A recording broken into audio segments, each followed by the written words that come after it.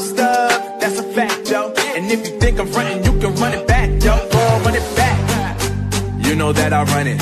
Everything you wanna do, I already done it. And I got your little boo telling me she love me. I got this one, that one. Damn, it's gonna be a long night.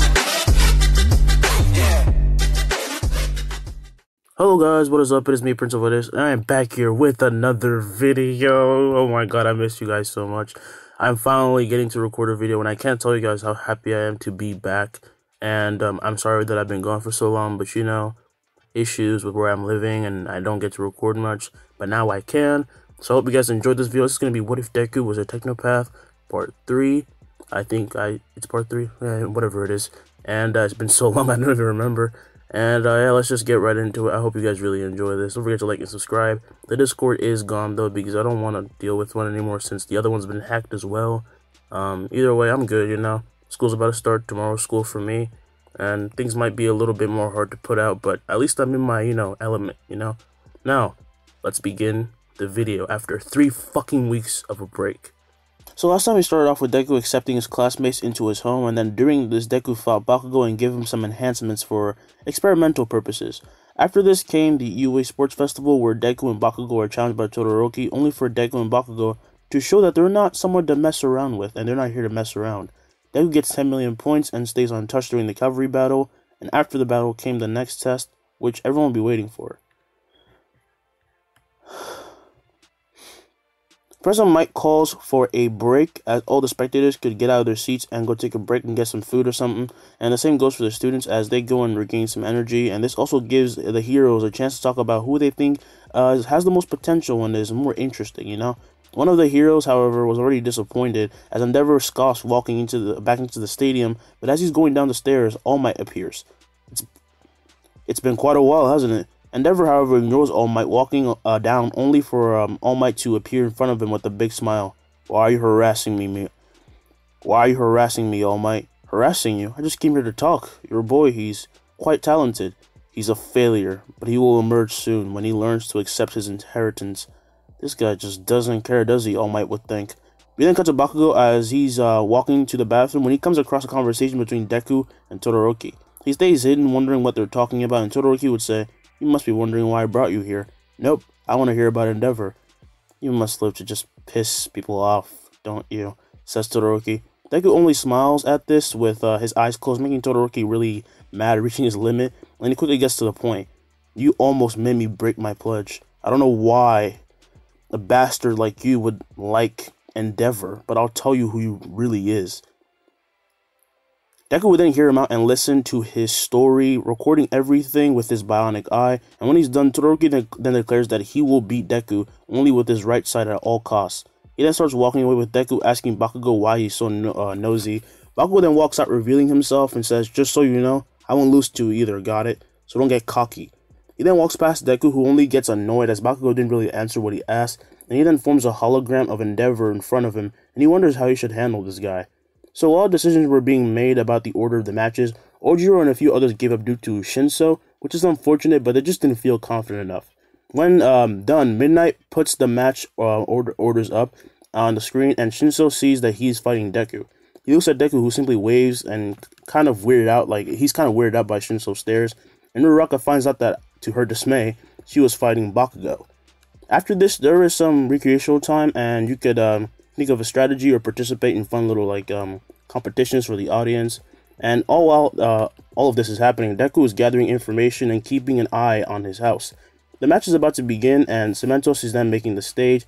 And as soon as it's done, Deku and Shinso are called out to the stage with its sides, bursting with fire like it did in the anime.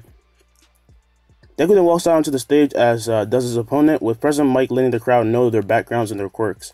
"Are you ready? Start." Now, as soon as the match starts, everyone stands, yells, they're freaking going like crazy, and Shinso starts talking.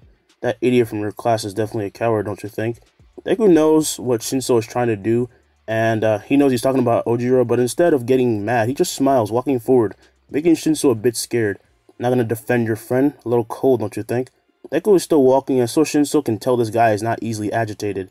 He's only a technopath. Clearly, he has no combat experience, and he looks pretty scrawny. I'll just kick his ass. "Oh, when Shinso is going on the offensive," President Mike would yell. He runs at Deku going to punch him, and he lands a punch in his face, making Deku stumble back a bit, making his classmates worry. But as he turns around, he seems unaffected. You probably think I don't have much experience in fighting, and I'm a technopath. But trust me, even though I don't need any, I have plenty. Shinso then smiles at this, saying, I got you, now walk off the stage. Shinso's confident face then turns to one of worry as Deku seems to be unaffected by his ability. It seems this quirk cannot affect Izuku. What is going on here? Shinso would then be grabbed by the face as his eyes roll up and he loses consciousness, with Deku letting him go, and as he falls right in front of him, he just says nothing and just walks back to the, stands. Midnight then goes and checks on Shinso, finding out that he was knocked out unconscious, and she smells something similar to her quirk gas, like, how it can affect people, and she knew that Deku must have, done something a little dirty, but, it's still within the match because he has, cybernetic enhancements in his body. So Deku wins the fight, and as such, he goes back to the stands, and he is asked how he did what he did. Knockout gas. It's pretty simple. What else do you have in there? Ida would ask. The possibilities are infinite, my friend. This makes Bakugo be more cautious, and Todoroki is a bit more vigilant as he and Sero are then called to the stage, and when they fight, Todoroki goes a little bit too far and almost hurt some people in the stands, but that didn't happen. However, this ice wall was quite dangerous, like he just freaking went crazy. He even freezes Midnight, and he then apologizes for his attack. Can you move, Sero? Definitely not. Sero then gets some help and is thawed out of the ice. Meanwhile, Todoroki walks back to the stadium winning. Up next is Kaminari versus Shiozaki, with Shiozaki winning. Ida versus Mei, and Ida wins, but Mei gets to show off her gadgets, so they both win in a way. Then after this will be Mina versus Aoyama, and Mina would win, and the next fight will be on, which is Kirishima versus Tetsu. And while this is going on, Uraraka goes to the waiting room, and then Deku walks in. Oh, Izuku, what are you doing here? Deku then pulls out a chair and sits down, saying, You're scared as fuck, aren't you? Uraraka tries to put up a front, but Deku cuts her off, saying, Look, here, I can give you this. He then grabs her hand, making her blush as lightning has sparked and his eyes went blue. His pupils dilated and he started forming something around her arm. And he used his nanobots to construct fingerless gloves. What are these? You don't have a name yet. I just made them. Those gloves can help you channel your power better, and that way you won't get motion sick anymore. Uraraka would then be thinking about this as Deku pulls up her file in his eye. Your financial situation isn't really that good, so let's see what your choice is gonna be. Now, as he stared at her, Uraraka would then smile, saying, Sorry, Izuku, thanks, but I'd rather win or lose fair and square. She then lays down the gloves and walks past Deku, who smiles, saying, I thought you would say that. Don't let me down, okay? Realizing that Deku was trying to make her feel better, she then thanks him, saying that she will now go down easy. And so Uraraka and Bakugo's fight proceeds as, in the original. And the last match ended with a tie. Kirishima and Tetsu ended with a tie. Uraraka does lose, but Bakugo does acknowledge her, and when the audience tries to shame Bakugo, for beating up her girl, Uraraka is the one that told him to shut up, as she wanted him to go all out. And this makes Bakugo gain even more respect for Uraraka, and they keep fighting until he wins. Now as Bakugo is walking back to the stands, on the way he meets Deku, who says hi. Guess that means you'll be moving on. Stop getting on your high horse, you haven't beaten the half-and-half bastard yet. True, I guess I'll do my best. He then scoffs at this as Deku, just stays there and he leaves, and Deku waits to be called to the stands. Now, as he's waiting for his name to be called, soon he is called, and as he's about to head out, he sees Endeavor walk up. Hey, how goes it? Big fan. Quite interesting to move so fast. It's exactly what my son needs. Deku raises an eyebrow to this, and by that you mean, you're gonna help my son evolve and use his fire. You're just what he needs, exactly what he needs, so when you get out there, don't disappoint. Deku then says nothing to this, but now is no longer smiling as he turns around heading to the stage. He jumps in and meets Todoroki. So, you didn't run away. A vein then pops out of Deku's forehead, thinking, who the hell do these people think I am? Izuku Midoriya versus Shoto Todoroki. Let the match begin, President Might would say, as Todoroki then runs towards Deku, only to then be grabbed by the neck and slammed down so hard that he breaks the stage, and everyone is a bit surprised. Everyone then sees as Todoroki flash freezes his opponent and traps him in a huge iceberg. Such a disappointment.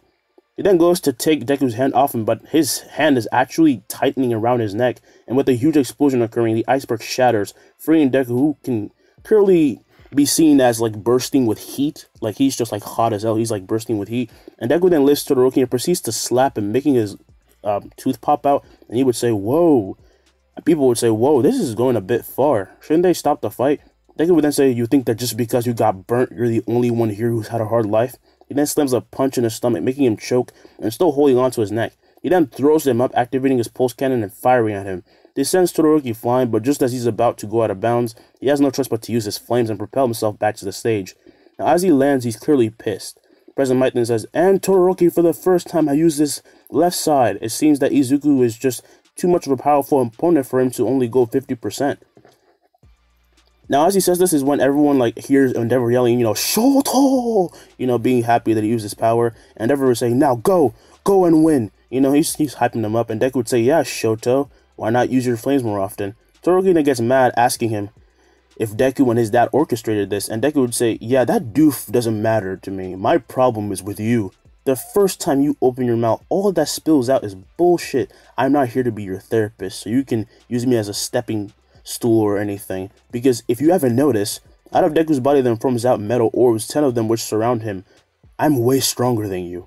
One of the orbs then shoots a beam at Todoroki, who tries to block it with an ice wall, but the beam just pierces the wall and almost hits him at the heart. He manages to avoid it, but another orb appears just above him and shoots at him again, and he gets a cut on his cheek, with him now realizing that Deku was clearly not joking, and he's a little bit pissed, and he's kind of aiming for the kill. Everyone then watches as the orbs chase Todoroki all around the stage until he has no choice but to use his flames and ice together. In a fit of desperation and anger, he then slaps his hands together, releasing a wave of ice and fire that forces Cementos to make an earth barrier, only for it to shatter as a huge explosion occurs. Now, as everyone waits in anticipation, Deku sucks up all the dust around, revealing him to be unscathed. Meanwhile, Todoroki has burnt his clothes a bit, and at this point, he's bleeding out just a little bit, and he's out of bounds, Deku then starts walking up to him as Todoroki... Well, he's not out of bounds, my bad. He's not out of bounds. He's just, kind of in a bad shape. Deku then starts walking up to him as Todoroki keeps making ice walls, but they keep getting shattered, and that is until Deku gets up in his face and surprisingly shows a friendly smile and says, "Thanks for going along with the ruse." Todoroki is then hit by knockout gas and falls into Deku's arms as he calls in, his KO droid and tells it to take him to the infirmary. Now, as the android listens, Deku gets off the stage with President Mike announcing his win. "Aizawa, do you have any thoughts on this match?" Aizawa then thinks on this, analyzing the situation, and says, "It may seem to others that Midoriya was simply being ruthless, but if that was the truth, then Todoroki would have been in critical condition. I think that he did all this to force him to understand his goals can't be reached with half-hearted ambition and half of his strength." When people start to think about this, it makes more sense, as Deku was genuinely pissed about his attitude, so he thinks he was a little bit cool. Meanwhile, Deku was just kind of hating that Aizawa, found out his ruse. He wanted to keep that secret. He doesn't like being seen as a nice guy. So all the other fights proceed until it is time for Bakugo and Deku to fight, and I'm not going to cover them because why the hell would I cover them? "You ready to lose?" says Bakugo. Deku then says, "You shouldn't be so confident." President Mike then yells for the fight to begin, and Bakugo blasts forward and shooting a massive explosion at Deku, who blasts his pulse cannon at it, disrupting and hitting Bakugo. This sends him flying, but he stops and goes down at Deku using his corkscrew move and turning it into the move Howitzer Impact. He slams into Deku, who puts up his cyber shield, thus making his attack completely useless, and Deku grabs him by the arm and proceeds to headbutt him. He then kicks him in the stomach and then roundhouse kicks him up into the sky, and he blasts towards him. "Don't get so ahead of yourself." Bakugo then puts his hands up and sparks it, just hits it up, as he then blasts down with Deku's pulse cannon turning into a gauntlet and sparking with electricity. "Why would I listen to you?" The two would then clash with a huge explosion happening mid-air, blasting wind in every direction of the stadium, and we then see All Might and Endeavor watching this and kind of be amazed at their pure firepower. Now, out of the explosion, Bakugo and Deku start falling while throwing kicks and punches until they land and push each other back. When he lands, Bakugo then throws a bunch of AP shots, and out of, Deku's arm forms a nanobot shield. Wow, what is that stuff, people were wondering? And Mumbo would say, "We know that it's gotta be technology, right? But they remind me of Mineta's sticky purple spheres," Momo would say.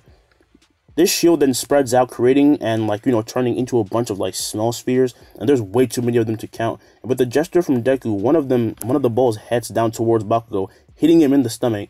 Now, despite being small, however, this attack from the sphere made Bakugo fall to his knees, and as he looks up, another ball hits him in the temple. "Not yet," he would say, as he then gets hit in the ribs, and Bakugo, still not giving up, manages to throw an explosion at Deku, but a few of the spears the spheres form a shield that cancel out this, and the shield just advances, hitting him with such force that he slams into the walls of the stadium. He then falls face first, losing as everyone in the crowd just cheers in amazement, and they're saying, "He wasn't even trying. This kid really is a genius." Now, however, despite having won, Deku isn't really satisfied, but he keeps up a smile, and Inko will be watching in her room at home, knew for a fact that he was faking it, and this kind of made her sad. Now at this point is when Ida gets a call and he heads into the tunnel to take it, and he would say, "Hey dad, what's the matter?" Now as his father tells him what happened, his eyes widen for a moment, but then he calms down and tells his dad that he'll be, back home soon. After this, the celebration continues for a moment and students start to leave, and Deku gets caught by the paparazzi and gets asked some questions, which he then answers, and then he leaves. Deku then enters his home, and as he's walking forwards, he checks his system and laughs, seeing that he had a new prisoner. He then calls his mom from the outside and says that he's home. "Oh, hey, sweetie, I'm making your favorite food, so come to the dining room, okay?" Deku then says he will, but first he has to go down to the basement, and as he goes down and the elevator opens up, he just walks out, slamming the palm of his hand into a wall, and this opens up a new holding cell for another villain. When the villain sees Deku, he'll be sitting straight up on his bed, and Kurogiri gets up looking at Deku without saying a word. "You're a weird one, aren't you? So, let's see your escapades." He then summons his floating monitor, which then shows some camera footage, and Kurogiri came in unaware of the system that actually let him in, only to then capture him, since it is literally impossible to use your quirk in his home unless he lets you. Deku then watches as he appears in the garden, and he swiftly moves into the front of the door. As he steps on the mat, though, he is shocked and falls into the ground, and as he does, the ground opens up and puts him in the basement. Now, after seeing this, Deku falls laughing with delight, and tears are coming out. He would say, "You didn't even see it coming. Wow, you're an idiot. Anyway, let's figure out what your deal is. Grid, show me your schematics." His bionic eyes then show him the schematics, surprising Deku as he discovers that his DNA belonged to another former rising hero who disappeared.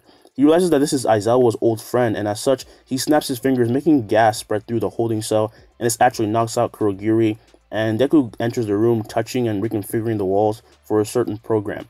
"Whoever did this to you is definitely a smart cookie, but don't worry, Shirakumo. I'm much more clever than he is." He then steps out of the room and closes up with the cell closing, and Deku runs to his computer and he lands sliding on on his chair. And he starts typing. As he can see that, he can see the inside of the walls. Why am I stuttering so much? I haven't done this in so long, bro. So he starts inserting his mutant-like body with machines, and now he instructs them to do something, and building back to normal. He's instructing them by coding, and these machines were the nanobots, and he actually loved to fight with them, and the fight against Bakugo helped them, test them out. "I'm so glad I made these," he would say.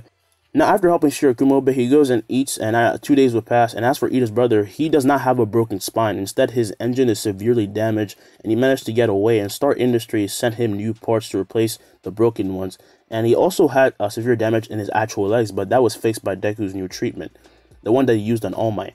This kind of spreads a little bit, causing white panic for villains and happiness for heroes, and this reaches the point where a lot of Star Industry buildings get attacked, but every villain fails to take anything or harm anyone, and instead get arrested, and at this point, All Might would seek out Stain and beat him senseless, already since, he's back to full strength, and Deku actually takes this chance to get in touch with Stain, but we'll talk about that later. I just want to have a little fun with, Stain's situation. Stain is not brought up enough in What If, in my opinion. I'm going to do something with him in this one. So as school restarts, Deku would be in class, laid back in his chair, and he would be projecting a movie out of his eye, and everyone would be behind him watching, and he didn't even notice that until Kirishima spoke. "Oh, this is good. What's it called?" Deku then yells and falls out of his seat, and he turns around to see everyone behind him. "What are you guys doing?" Todoroki then said it looked pretty good, so we decided to watch. Mina then says, "The more surprising thing is you didn't notice us." Everyone then laughs at this, as Deku says he simply loves the film so much that he was kind of caught up in it. And this is when Midnight steps in, seeing the students, and Aizawa walks in behind her. Midnight then speaks, "Glad to see you guys again." Mineta would then be Julie at this point, as the R-rated hero was in their class, and she says she was here to help them pick out their code names, aka hero names. Everyone gets excited to do this, but before they started, Aizawa showed the nominations for everyone who participated in the festival, and Deku has more than 5,000 heroes wanting him. Bakugo and Todoroki are tied at around 3,500, and Tokoyami has around 2,000. "Wow, Izuku, you have so many points," Uraraka would say. Deku would then say, honestly, it's kind of overwhelming, with Bakugo getting mad, and he said he should be more freaking happy, and everyone then gets a chalkboard to write their hero names. Ida then goes on, for the first one, being confident, this time calling himself the speed hero Nitro. Ida would then say, I want to be just like my brother, but I don't want his name. I'll be my own hero, so someday I can run with him side by side. Midnight then claps for Ida and also says, her condolences for what happened to her, his brother, and everyone sends the same regards, as he says it's fine because he's up and running again, and Stain was caught by All Might. Sarah would then say, "Did you guys see their fight? That guy is so scary. Even when fighting All Might, he still got back up." Aizawa would then be sleeping through this entire conversation, and soon everyone would choose their own names, and Bakugo would just name himself Bakugo. And when it's Deku's turn, he would walk up and he sets down his board and just turns it around to show the name Cyborg. People have told me I'm kind of like one, so I'll be the tech hero, Cyborg. He then activates his cannon arm, making Midnight light up with delight, and everyone says it actually fits him perfectly. Now, after everyone picks their name, they're given sheets of who they could work with, and Deku's looking at the list in boredom until he comes across Endeavor's name. Hey, Todoroki, can I join your training with your dad? How did you know I was going to choose him? Because it's obvious. So, can I? Todoroki then says sure, with Todoroki being happy because he actually thinks that Deku is a pretty nice guy and he feels like a dick for being a dick. And Uraraka was nominated by Gunhead and she's very excited to learn some moves. Now, as school ends, Deku goes to leave when he's met by All Might in the hallway. Young Midoriya, yes, I'm aware, you're back to full strength, All Might. It must be amazing, Deku would say. All Might would then laugh, saying that is true, but that's not what he's here for. He asked Deku if he can make something that, for a kid he knows. Deku then, can tell that he's trying to hide something, but says he can, but he needs details on what he wants specifically. I need a machine or a gadget that can help support the body and muscles and bones, etc., if possible. Deku then lights up, saying that he actually has something perfect for that, and he forms a cube of nanobots in his hands. All Might then grabs this as Deku says that he just programmed these to work on voice command. The person who wants to use it simply needs to hold it and say engage, and to deactivate it, say banana. What? Why banana? I love bananas, good source of potassium. Anyway, have fun, but you're gonna have to tell me what this is about eventually.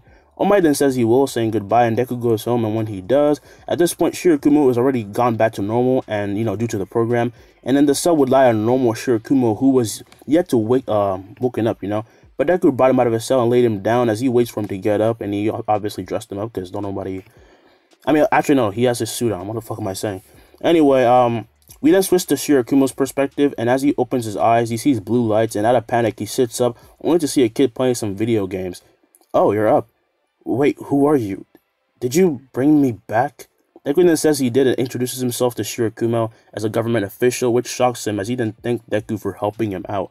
It's fine, let's get you some new clothes. I think Aizawa was gonna be pretty surprised. When Shirakumo realizes that he was gone for so long, he starts to tear up as he hasn't seen his own old buddies in so long, and he even misses President Mike's annoying loud voice.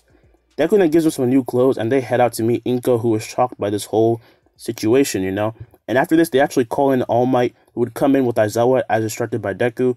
And Aizawa is at a loss for words, and as they bring Shirakumo to UA and put him under protection, and since being, a Nomu, despite being an adult, he's a little bit younger looking. I'm just going to say that for now because I want to.